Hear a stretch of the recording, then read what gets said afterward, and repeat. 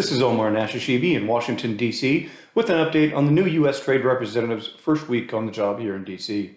Ambassador Katherine Tai did not waste any time in her first week on the job, speaking with a dozen of her counterparts from across the globe. She also made news in her first media interview, saying that the U.S. does not anticipate lifting the Section 301 tariffs on China in the near future. This really does not come as a surprise to many of us here in Washington, as we did not expect a major shift in trade policy towards China this early in the administration. For many reasons, but one being the most obvious, as Ambassador Tai said during her interview with the Wall Street Journal, quote, "Every good negotiator retains his or her leverage to use it. Whether you support them or not, tariffs certainly are leverage, and the U.S. is unlikely to relent on those until they see more movement from China." And that's been a centerpiece for the previous administration and this one. What is the leverage to bring the Chinese to the table and to try to address some of their major concerns? We also do not have a clear sense yet, though, as to whether the USTR will reopen an exclusion process again to allow companies to request a temporary suspension of the 25 or 7.5% tariffs on Chinese imports.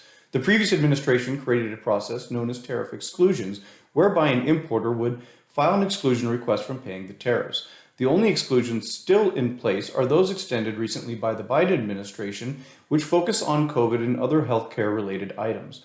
The Office of the U.S. Trade Representative extended those exclusions through September 30, 2021, ahead of their slated expiration coming up on March 31st. We are watching closely whether USTR will relent to pressure from U.S. businesses and reopen the exclusion process for other non-COVID related goods, but we don't have a good sense at this time when or whether they will do so.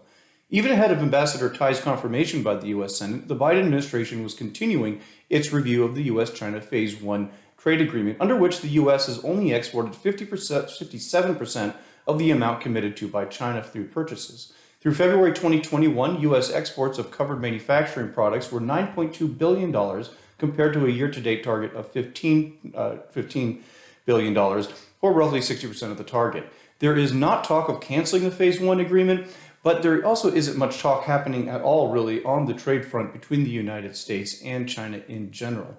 We do know that the U.S. is eager to bring in other trading partners, such as the EU, Japan, Australia, India, and others, into broader discussions to address issues with China and concerning trade relations globally. However, it is unclear if others, especially the EU, are willing to go as far as the United States has in pressuring China on intellectual property theft, state-owned enterprises, and now, of course, on human rights abuses as well. Speaking of trading partners, Ambassador Tai did speak with a number of her counterparts, or roughly a dozen or so of them, including those from Canada, the UK, EU, South Korea, Mexico, Japan, and others in her first week. Though she did not speak with her Chinese counterparts, and that's something to note, that we still do not have an official call on the books for that yet.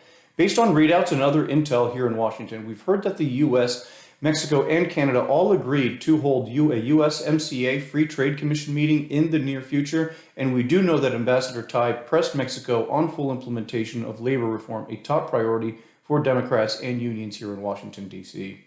We are increasingly hearing, however, that a US-UK free trade deal may not happen until 2023 or after the midterm elections. This is in part due to the Biden administration being unlikely to make new agreements to a top priority in these early months, and also it remains uncertain whether or not Congress is actually going to extend the trade promotion authority that comes up and expires in a few months this summer.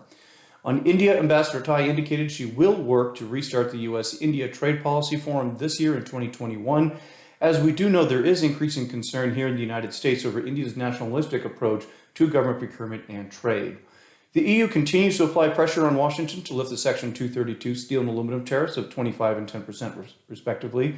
Ambassador Tai called on France and Germany and the EU leaders to work with the United States to address global overcapacity, but did not commit to lifting the tariffs imposed by the previous administration on steel and aluminum.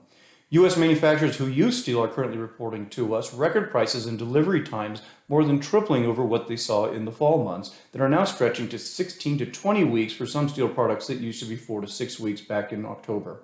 Now that we have a USTR formally in place and quite a few senior staff in office, we do expect trade activity to increase in the coming months and into the summer. Please reach out to your CLA representative for the latest on trade and tariff policies from here in Washington, D.C.